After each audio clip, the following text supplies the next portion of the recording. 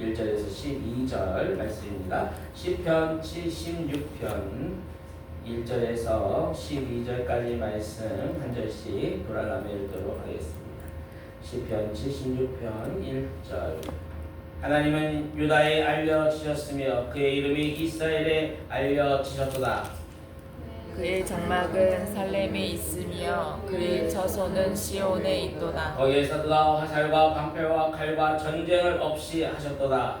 주는 약탈한 산에서 영화로우시며 존귀하시도다. 마음이 강한 자도 가진 것을 빼앗기고 잠에 빠질 것이며 장사들도 모두 그들에게 도움을 줄 손을 만날 수 없도다. 야곱의 하나님이여 주께서 꾸짖으시며 병거와 말이 다 깊이 잠들었나이다. 주께서는 경외 받을 이시니 주께서 한번 놓았을 때에 누가 주의 목전에 서리이까. 주께서 하늘에서 판결을 선포하심에 땅이 두려워 잠잠하였나이다. 곧 하나님이 이 땅의 모든 온유한 자를 구원하시려고 심판하러 일어나신 때로라.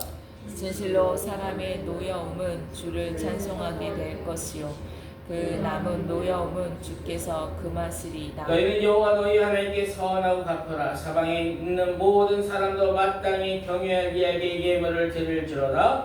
그가 보관들의 길을 꺾으시리니 그는 세상의 왕들에게 두려움이시로다. 아멘. 오늘 새벽 시편 76편 말씀을 통해 오늘 여러분의 삶에 하나님이 친히 임재하여 주시고 하늘의 평안이 여러분의 삶의 모든 영역 가운데 임하시길 주님의 이름으로 축복합니다.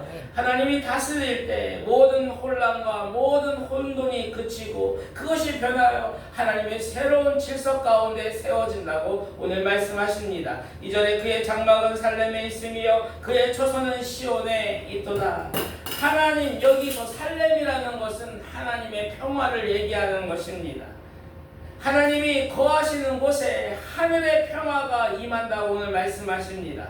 3절에 거기에서 그가 화살과 방패와 칼과 전쟁을 없이 하셨도다. 여러분, 지난 수천 년간 역사를 살펴보면 아이러니하게도 서로가 평화롭게 살기 위해서 전쟁을 일으켰다는 거예요.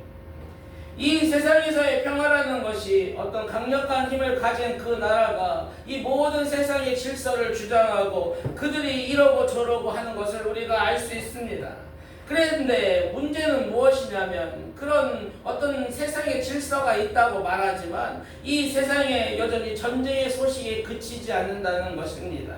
여러분, 진정한 평화는 오직 하나님의 임재하심으로 이루어짐을 믿으시길 바랍니다. 요한복음 14장 27절에 평안을 너에게 끼치노니 곧 나의 평안을 너에게 주노라. 내가 너에게 주는 것은 세상이 주는 것과 같지 아니하니라. 너희는 마음에 근심하지도 말고 두려워하지도 말라. 우리 예수님은 평화의 왕으로 오셨기 때문에 우리 주님이 계신 곳에, 임재하시는 곳에 참된 평화가 임할 것입니다.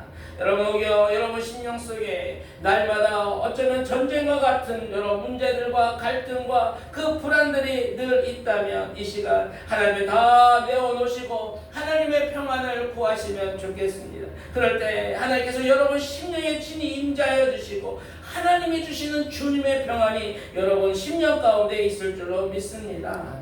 4절에 주는 약탈한 산에서 영화로우시며 존귀하시다. 여기서 약탈한 산은 전쟁에서 승리하여 적들의 모든 것들을 빼앗으니 그 전리품을 가지신 승리의 하나님의 모습을 표현하고 있는 것입니다. 5절에 마음이 강한 자도 가진 것을 빼앗기고 잠에 빠질 것이며 장사들도 모두 그들에게 도움을 줄 손을 만날 수 없도다. 여기에 나오는 마음이 강한 자, 또 장사들, 그리고 병거 이런 것들은 다 사람을 의지하는 모든 힘과 이 세상의 모든 힘과 권세를 표현하는 것입니다.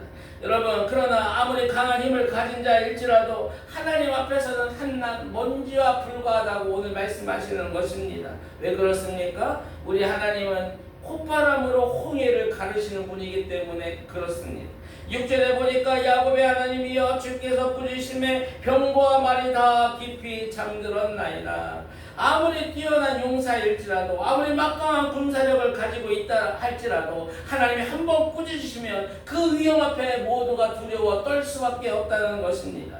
요한일서 4장 4절에 자녀들아 너희는 하나님께 속하였고 또 그들을 이기었나니 이는 너희 안에 계신 이가 세상에 있는 자보다 크심이라.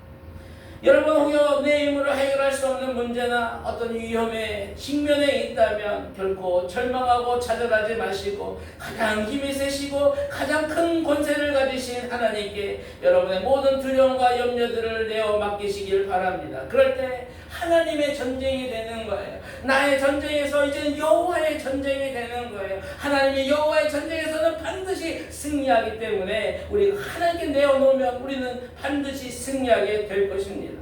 우리 하나님은 세상 끝날에 재판장이 되셔서 최후 심판을 하실 것이라고 오늘 선포하십니다. 8절에 주께서 하늘에서 판결을 선포하심에 땅이 두려워 잠잠하였나니.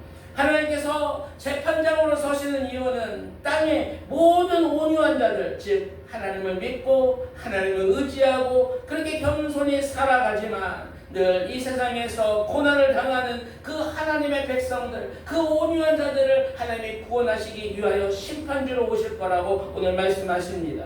9절에 곧 하나님이 땅의 모든 온유한 자를 구원하시려고 심판하러 일어나신 때로다. 여러분, 이 말씀이 우리에게 얼마나 큰 위로와 힘이 되는지 모릅니다. 마태복음 5장 5절에도 예수님 말씀하셨습니다. 온유한 자는 복이 있나니 그들이 땅을 기업으로 받을 것임이라. 여러분, 이 세상은 결코 끝이 아니라고 하나님 말씀하시는 거예요.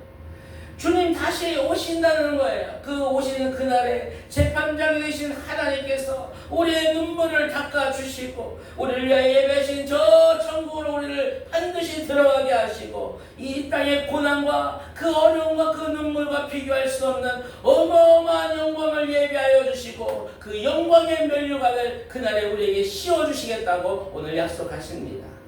기도하겠습니다.